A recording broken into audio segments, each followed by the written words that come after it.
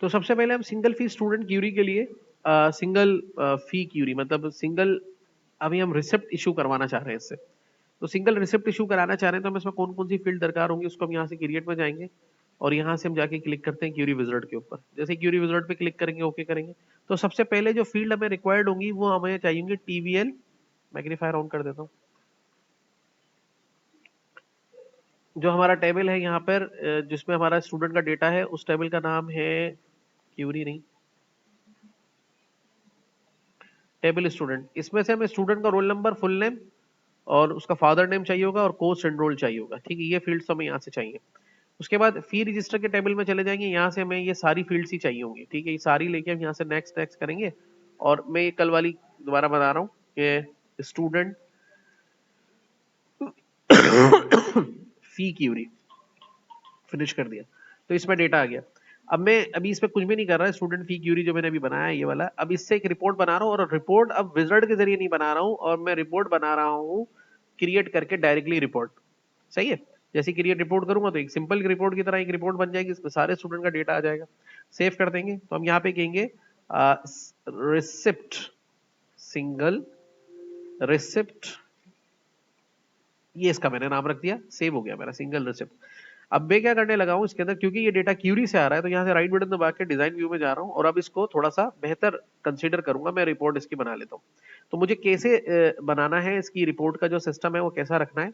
तो देखिए अभी आपने क्या करना है, सबसे पहले ये जो एक टेबल ये है और ये पूरा का पूरा टेबल जो है यहाँ से सिलेक्ट करें, ये सारा सिलेक्ट हो गया। इसको मैंने जाकर पहले किया रेंजेस में जाके स्टैक किया। अब ये स्टैक करने पे सीधा तो हुआ लेकिन ये अजीब गरीब हो गया। ठीक है, अब इसको रिमूव करें इसको। ठीक है, छोड़ देता हूँ, मैं इसको अंडू कर रहा हूँ, नहीं कर रहा स्टैक। इसको मैं कह रहा हूँ रिमूव लेआउट, ये रिमूव लेआउट हो गया, यहाँ से इसका लेआउट ही खत्म हो गया बिल्कुल। ठीक है, अब मैं यहाँ पर ये रिपोर्ट का हेडर है और यहाँ से नीचे आके मैं इसमें थोड़ा स्पेस ले रहा हूँ, ये आ गया स्पेस। ठीक है, अब मुझे डेटा कैसे प्लेस करना है, ये सारा अलग अलग हो चुका है। ठीक है, ये इनके लेबल्स हैं, ये इनका डेटा है। तो सबसे ऊपर पहले आना चाहिए डेट और डेट के बाद आना चाहिए रसीद नंबर। तो डेट आ रही है इसके अंदर। ठीक है, डेट का लेबल लिया मैंने और यहाँ पे उठा के इसको यहाँ पे सेट कर दिया इस जगह पे, इस ग्रिड के ऊपर। ठीक है, फी डेट। अब डेट का डेटा कहाँ आएगा नजर, फी डेट का डेटा फी डेट के आगे नजर आना चाहिए। तो मैंने एक का गैप लेके बीच में इसका इसके आगे रख दिया यहाँ पे। ठीक है, और डेट को थोड़ा सा बड़ा कर दिया ताकि डेट पूरी तरीके से इसमें नजर आएगी। और फी डेट की जगह पे सिर्फ मैंने लिख दिया DATE डेट। ठीक है, और ये इस तरह से रख दिया। अब डेट के साथ क्या नजर आना चाहिए, उसका रसीद नंबर, रिसिप्ट नंबर की फील्ड ये रही हमारे पास। यहाँ पर मैंने एक का गैप देके इसके आगे रख दिया इसको इस तरीके से। ठीक है, और बैक एरो की मदद से सेट भी कर दिया। ओके, तो फिर उसके आगे रसीद नंबर का डेटा भी चाहिए, तो रिसिप्ट नंबर का डेटा, रिसिप्ट नंबर में एक का गैप देके मैंने इसके आगे इसको यहाँ पे रख दिया। रिसिप्ट नंबर का डेटा रिसिप्ट नंबर में आ जाएगा और ये इस तरह से आ रहा है। अब यहाँ पर मैं ये देखने लगा हूँ कि फिर उसके बाद क्या डेटा चाहिए होता है। भाई डेट डाल दी, रसीद नंबर आ गया, अब कोर्स आना चाहिए इसका। तो कोर्स इनरोल्ड का डेटा हम यहाँ से ले लेते हैं और यहाँ पे क्लिक करके ये किस कोर्स में इनरोल्ड है यहाँ पे ले लिया। अब इसका लेवल बहुत ज्यादा बड़ा था तो यहाँ पे हम सिंपल लिख देते हैं कोर्स और यहाँ पे इसके लेवल को थोड़ा सा शॉर्ट कर देते हैं। ठीक है, इतना शॉर्ट कर दिया हमने इसको। तो ये कोर्स का डेटा गया। अब इसका भी डेट वाले लेवल को भी हम इतना ही रखेंगे ताकि डेटा इस पे इस तरह दिखाए ताकि ये एक जैसे नजर आए। ओके, उसके बाद कोर्स का जो डेटा है वो कोर्स का नाम यहाँ लिखा हुआ आएगा, तो हमने इसके डेटा को यहाँ पे रख दिया। अब ये कोर्स का नाम भी हमने शॉर्ट कर दिया इसको और इसको शॉर्ट करके इतने हिस्से पे लिमिट कर दिया। ठीक है, ये यहाँ पे इस तरह से नजर आ रहा है। अच्छा, अब कोर्स के बाद क्या नजर आना चाहिए, स्टूडेंट का रोल नंबर, कि भाई उसका रोल नंबर क्या है। तो स्टूडेंट का रोल नंबर इसमें है, तो यहाँ पे हमने रिसिप्ट नंबर के नीचे ले लिया उसका रोल नंबर। तो यहाँ पे क्लिक करके इसको नीचे कर दिया इसके साथ और यहाँ पे हमने डेटा को थोड़ा सा एक्सपेंड किया यहाँ तक इसके लेवल को और यहाँ पे हमने लिख दिया रोल नंबर। तो ये स्टूडेंट का रोल नंबर यहाँ आएगा। तो रोल नंबर का डेटा इसमें है तो ये डेटा इसके अंदर शो हो जाएगा और यहाँ पे हमने इसके रोल नंबर की फील्ड को सेट कर दिया। ठीक है, ये यहाँ पर आ गए। अच्छा, अब उसके बाद जो है हमने क्या करना है कि इसके बाद नीचे डेटा नजर आएगा स्टूडेंट का फुल नेम। तो ये फुल नेम का डेटा हमारे पास आ रहा है और इसको पकड़ के हमने यहाँ पे इसके नीचे इस तरह से अरेंज कर देना है। इसी के नीचे डाउन एरो नीचे वाले ग्रिड पे और लेफ्ट वाले एरो पे फुल नेम तो यहाँ पे हमने टाइप कर देना, क्योंकि लेवल इसको हम चेंज कर सकते हैं, फुल नेम या नेम लिख देते हैं आगे, दैट्स ऑल, ये इनफ रहेगा, फुल नेम वगैरह लिखने की जरूरत नहीं है। तो यहाँ पे क्लिक कर देते हैं, ये आ गया इसका यहाँ पे। अब इसमें इसका फादर नेम नहीं है, वरना इसके आगे फादर नेम भी लेना था, लेकिन फादर नेम हमने अपने उसमें शायद एड ही नहीं किया हुआ, तो ऐड करना पड़ेगा, तो फिर वो फादर नेम भी इसके अंदर ऐड किया जा सकता है। तो यहाँ पर हमने फुल नेम के डेटा को यहाँ पे शॉर्ट कर दिया, और ये इस तरह से नजर आ रहा है। यहाँ पे हम फादर नेम लेंगे, इसका अभी नहीं है, लेकिन अगर नेक्स्ट टाइम आप इसमें करेंगे काम, तो आपने फादर नेम इसमें ऐड कर देना। अब उसके बाद यहाँ पे बताना है कि अभी फुल नेम की जरूरत नहीं है, क्योंकि वहां ले लिया है, तो यहाँ पे इसकी कोई नीड नहीं बनती, तो यहाँ पे जाके इसको कट कर देते हैं। तो यहाँ से अब फी टाइप बतानी है कि फी किस तरह की पे की जा रही है, तो फी टाइप को हमने यहाँ पे एडजस्ट कर दिया, और यहाँ पे इसको सेट करके इस तरीके से हमने इसको शॉर्ट कर दिया। तो फी टाइप में हमने यहाँ बता दिया, और यहाँ पे उसका डेटा ले लिया फी टाइप का इसके नीचे ही, ठीक है। और यहाँ पे क्लिक करके यहाँ से इसको आपने कम कर दिया। इसके बाद अब अमाउंट की बात थी, तो अमाउंट कहाँ आगे क्या,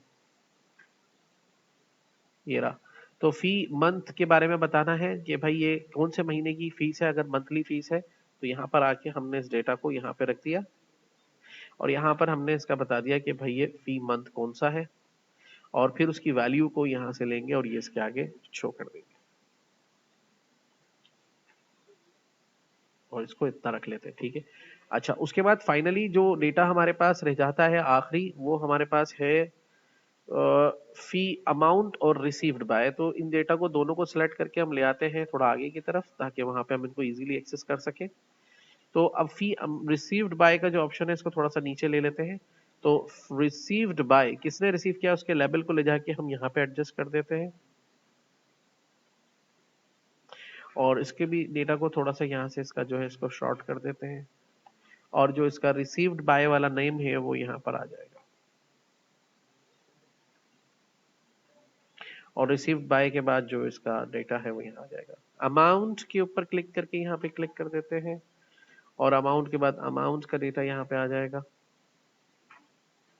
और उस डेटा को भी इस तरह से आगे तक एक्सटेंड कर देते हैं, ठीक है। ओके, तो ये देखें कितने अच्छे तरीके से रिसिप्ट हमारा बन गया है। अभी इसमें एक काम जो आपने करना है वो ये करना है कि अभी मैं इन सबको सिलेक्ट करके थोड़ा सा ऊपर कर रहा हूँ, ठीक है। ऊपर इसका हेडर आपने बनाना है, ठीक है, अच्छा सा स्कूल टाइप का ना। तो ये टास्क आपको मैं दे रहा हूँ, कल भी दिया था, पता नहीं बनाया नहीं बनाया, बनाया, चलो देखता हूँ मैं उसके अंदर, ठीक है। तो यहाँ से डेट और टाइम, अब ये डेट और टाइम डाल सकते हैं, यानी कि जो रसीद जनरेशन का डेट और टाइम है वो आप लिख दें। यहाँ पर आप ऊपर वाले हिस्से में रिपोर्ट के हेडर वाले सेक्शन में, ये यहाँ पर आप अच्छा सा हेडर बनाएंगे। अच्छा देखिए अब डेटा कैसे नजर आ रहा है, तो आप यहाँ पे जाके देखेंगे रिपोर्ट व्यू के अंदर, तो देखिए डेटा अब आपका बिल्कुल रिसिप्ट की तरह आ रहा है, जैसे स्कूल कॉलेज की रिसिप्ट में होता है, डेट आ गई, रिसिप्ट नंबर आ गया, कोर्स का नाम आ गया, रोल नंबर आ गया, नेम आ गया, उसके आगे फी टाइप आ गई, या फादर नेम की जगह खाली छोड़ी है मैंने, उसके बाद रिसीव्ड बाय का ऑप्शन आ गया, और यहाँ अमाउंट आ गया, ठीक है। लेकिन ये भी सारे स्टूडेंट का आ रहा है, हमें एक स्टूडेंट का चाहिए जिसकी रसीद नंबर हम डालें, इस रसीद नंबर के हिसाब से वो डेटा आना चाहिए। तो अब इसको आप करते हैं यहाँ से क्लोज, और जैसे ही क्लोज कर देंगे तो ये क्लोज हो गया। अब आपने क्या काम करना है, एक फॉर्म बनाना है, सही है। कैसे बनाएंगे, क्रिएट ब्लैंक फॉर्म बनाएंगे यहाँ से, ठीक है, ब्लैंक फॉर्म। ये ब्लैंक फॉर्म बन गया, सेव कर दें। इसका नाम रख दें सर्च ऑपरेशंस,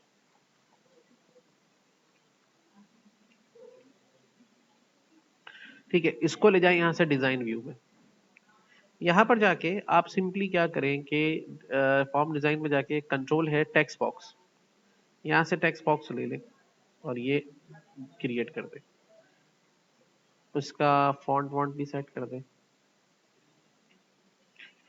और यहाँ पे टेक्स्ट का फॉन्ट भी सेट कर दें।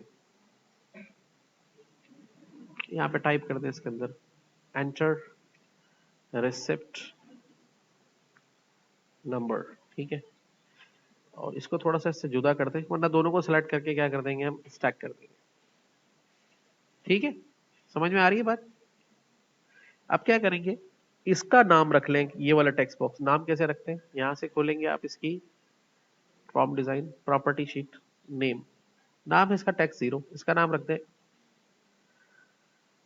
RECPTNO, टेक्स्ट RECPTNO, कुछ भी रख सकते हैं, लेकिन अब मैंने ये नाम रखा है इसका।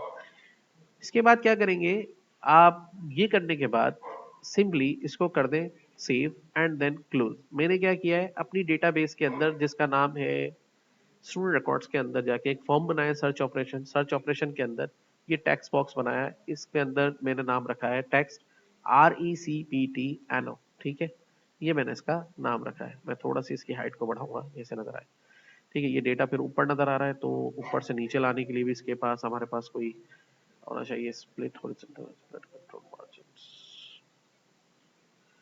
ठीक है।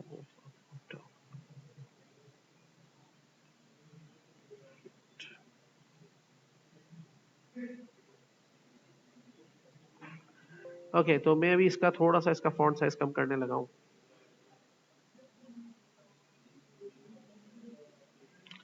ठीक है। तो अब इसको मैंने सेव कर दिया यहां से और क्लोज कर दिया।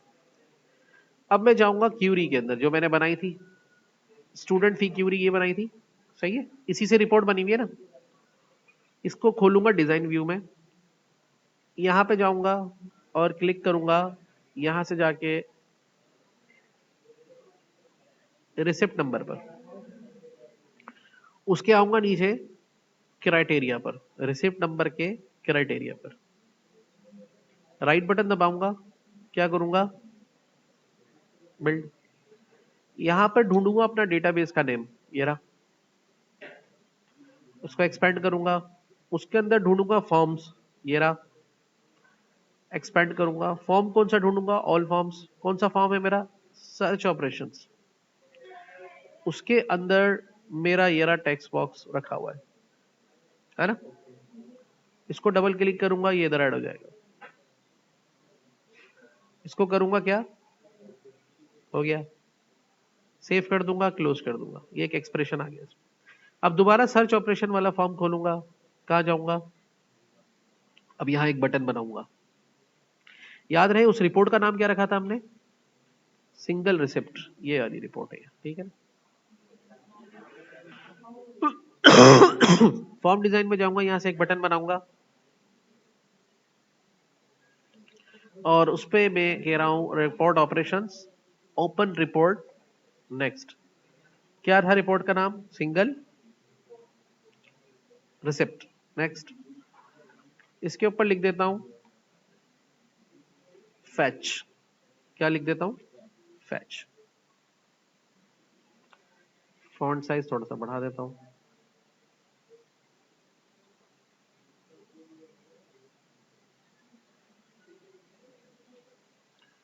ऑलराइट। ये देखिए अब आपका सॉफ्टवेयर का प्रोफेशनल लुक आ गया। अब यहां से जाएंगे सर्च ऑपरेशन पे, जिसकी रसीद नंबर आप इसमें डालेंगे, रसीद नंबर 3, और कहेंगे फैच, तो सिर्फ और सिर्फ रिसिप्ट नंबर 3 का डेटा आपके सामने आएगा।